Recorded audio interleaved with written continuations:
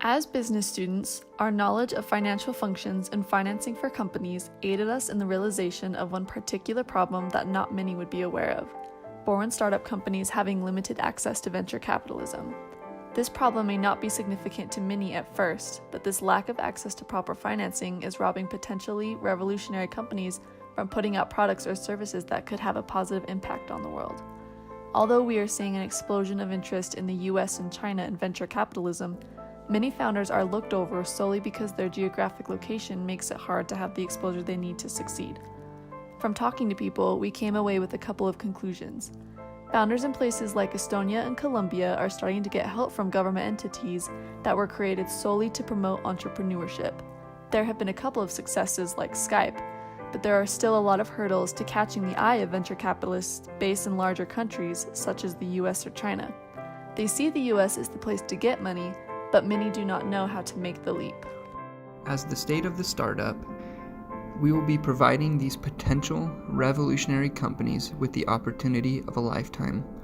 The service that we will be providing will be done by working side by side in great detail and with much research from these potential companies. We will meet with them and discuss what they are needing from these venture capitalist fundings.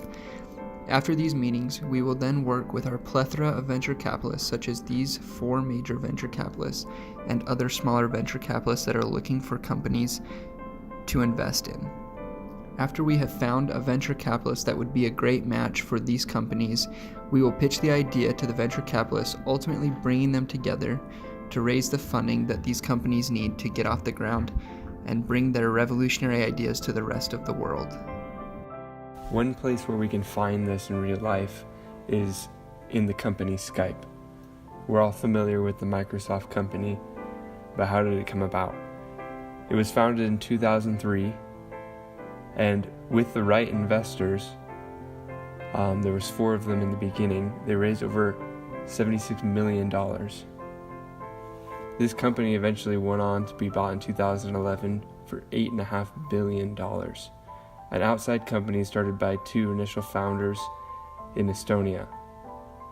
They were given an opportunity from investors, which most third world countries or countries outside of the superpower countries don't ever get.